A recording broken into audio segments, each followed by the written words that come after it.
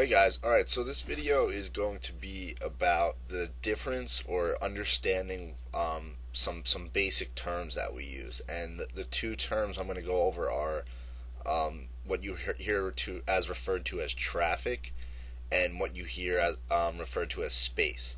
So, in the most basic, broad sense, traffic simply means consolidation or trouble areas or more problematic, whereas when we use the word space, we're sort of defining it as less trouble areas in a more open, better area that usually has less trouble areas in it. Now, again, like everything, there's degrees of everything, and you have to, with just experience and time, sort of be able to put the pieces together, and it's not as easy as whatever this 10-minute video might be to explain it, but I really want to get the general concepts out there, just so I had a request to do this video, and I'm sure a bunch of other people would like it as well. So again, I'm just going to start really basic here, and I'm going to start with traffic. So I'm going to go ahead here and draw a box of consolidation. So I think we could all see that this is clearly consolidation. Prices just ranging in between this area here. So when we see a trouble area like this, or price consolidating down or moving sideways, we know that any price action we take within this area is going to have more trouble areas next to it. That's because wherever you look, wherever there's a price bar, just by the nature of price consolidating down in this boxed area, is going to just mean that there's more trouble areas close by. That, if you take, say, a pin bar like this size, well, you're trading right into all these bar highs here, and then there's a bunch of congestion all the way straight down here.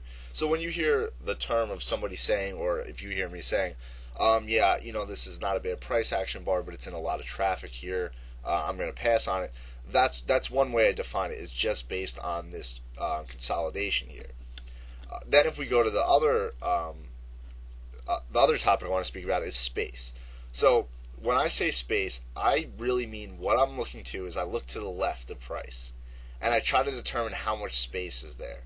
So I'm going to use three examples here of three swing points we have, and then we can work from there, and I think it'll give the best idea of what I mean and what I'm basically looking for. So I'm going to use this pin bar here, I'm going to use this bearish outside bar here, and I'm going to use this pin that is from last week over here.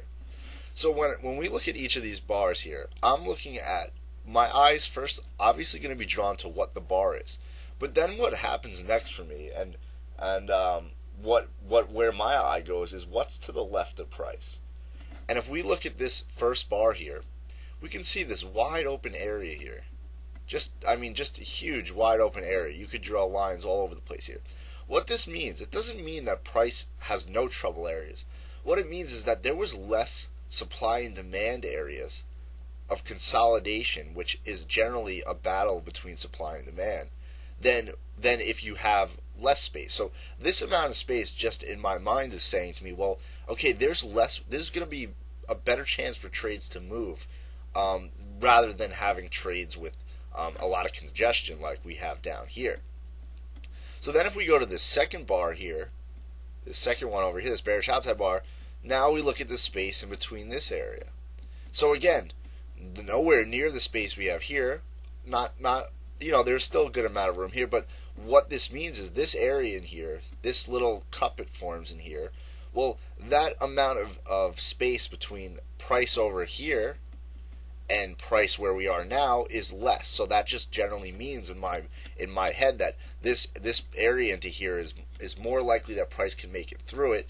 But then as this area closes down, we hit more of these major trouble areas in here. Again, then if we move on to the last example, we can see now we have very, very little space in between here. So when I see that, that's when I say, oh, a trade has a lot of traffic, less traffic, not a lot of traffic. So I sort of look at it in degrees by looking to the left and seeing what price is doing. So a bar like this last one here, simply in my mind, just simply means that even when this breaks, there's just a lot of problem areas you're trading right into, and that doesn't mean it's a bad trade. It doesn't mean it really comes back to you as a trader and recognizing these trouble areas. So again, when we use the term space, traffic, there's different degrees of it. I'm just trying to, with this video, is get across that when I'm looking at prices, certain things my eyes are drawn to, and then you build from there. So just because you see a trade in a lot of space doesn't mean that it's a home run trade. It doesn't mean you can hold it forever. But generally, if you have a really nice bar and there's a lot of space by, it's generally going to work out and has a better chance of getting some legs under it than a trade that's really jammed in there and a lot of traffic and trying to pierce through these areas. So again, it's sort of, there's a lot of ways to look at it. Again, you could look at it as boxes of consolidation and price boxes constantly, and it flips in this way, and these boxes sort of build on top of each other.